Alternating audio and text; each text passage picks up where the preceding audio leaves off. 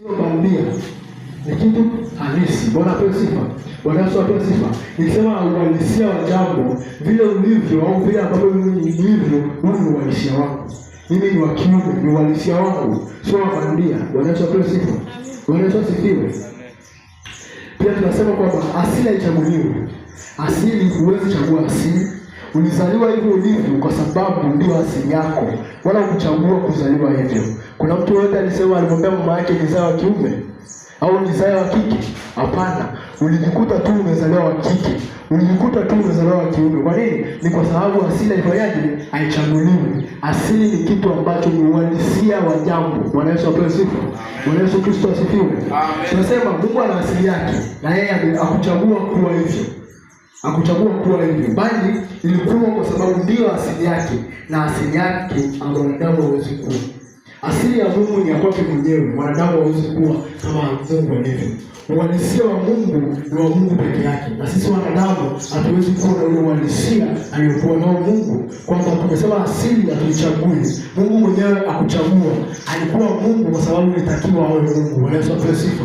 Kwa hiyo tunasema asili ya Mungu ni ya kwake mwenyewe. Sisi wanadamu hatuwezi kufanyaje kuwa na asili aliyonayo Mungu. Bwana Yesu apewe sifa. Asili ya Mungu ni vile Mungu alivyo, na hakuna mwanadamu anayeweza kuwa hivyo kama yeye. Yaani alivyo Mungu, sisi hatuwezi kuwa kama Mungu. Bwana Yesu asifiwe. Amen. Yaani tutambue kwamba tutakuwa vile tunavyotaka sisi, lakini hatuwezi kuwa kama Mungu alivyo. Kwa kuwa ni asili yake. Bwana Yesu apewe sifa. Yesu Kristo asifiwe. Asili yake Mungu hakuichagua. Ndivyo hivyo na sisi hatuwezi kuwa na asili ambayo Mungu anayo. Bwana apewe sifa. Asili ya Mungu ni tofauti kabisa na Mungu mwingine. Mungu ambaye tunamwabudu sisi, Mungu wa kweli, ni tofauti kabisa na ile Mungu anayoabudu watu wengine. Bwana Yesu apewe sifa. Ukienda kwa Wachaga utakuta wanaabudu Mungu yao. Ukienda kwa Wamasai wana Mungu yao. Ukienda kwa Wahaya wana Mungu yao. Lakini Mungu wa kweli, yeye ni Mungu wa kweli, ana asili yake ni ya pekee, haifanani na miungu mingine. Bwana Yesu asifiwe. Ndio maana ukienda kwa Wachaga leo utakuta jiwe alikuwa analiabudu liko pale lilipo, hawalisogezi wakiamini yule ni Mungu. Lakini Mungu wetu asili yake ni Mungu ambaye anajua kwamba atakuwa kufanya nini. Bwana Yesu asifiwe. Unapoenda kwa Wachaga wataabudu jiwe. Yaani kila kabila linaamini kwa Mungu wake. Lakini sisi tunaokoka tunamwamini Mungu wa kweli ambaye asili yake haibadiliki. Asili yake ipo pale, haibadiliki kutokana na jambo fulani. Bwana Yesu apewe sifa. Yesu Kristo asifiwe. Kwa hiyo tunaenda kuona asili, baadhi ya asili za Mungu ambazo zinatofautisha yeye na miungu mingine. Zinatofautisha yeye na miungu ambayo sisi tunaiabudu, wakiwa wanaiabudu huku duniani. Lakini sisi kwa kuwa tumechagua kumwabudu Mungu wa kweli, tunapaswa kutambua asili ya Mungu wa kweli ni zipi. Bwana Yesu apewe sifa. Asili mojawapo ya kwanza tunasema Mungu ana nguvu zote. Yesu asifiwe. Bwana Yesu asifiwe. Amen. Naomba mtu anifungulie kitabu cha Ayubu sura ya 42 mstari wa 2. Bwana Yesu apewe sifa. Ayubu sura ya 42 mstari wa 2. Tunasema kwamba asili ya kwanza ya Mungu ana nguvu zote. Kwamba Mungu anaweza kuwepo, Mungu ana nguvu zote. Kila aina ya nguvu kwa Mungu zinapatikana. Bwana Yesu apewe sifa.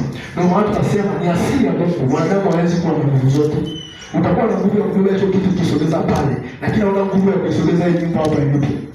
Si kweli jamani? Una nguvu ya kubeba hicho kitu na kutoa pale nje, lakini hauna nguvu ya kulibeba kanisa ukasema upeleke wanadamu. Si kweli? Lakini Mungu ana nguvu hizo. Bwana Yesu apewe sifa. Mungu ana nguvu zote. Aliyepata Ayubu sura ya 42 mstari wa 2. Okay.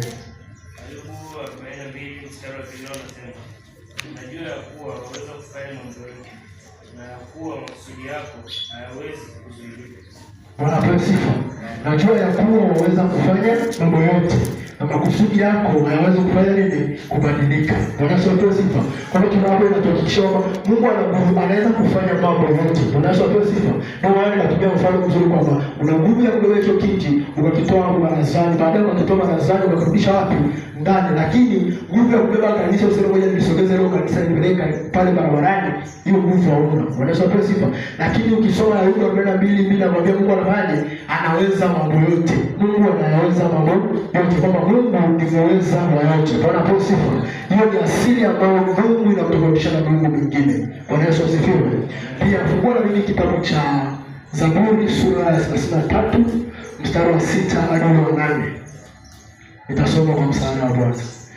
Zaburi ya 33 mstari wa 6 hadi 8.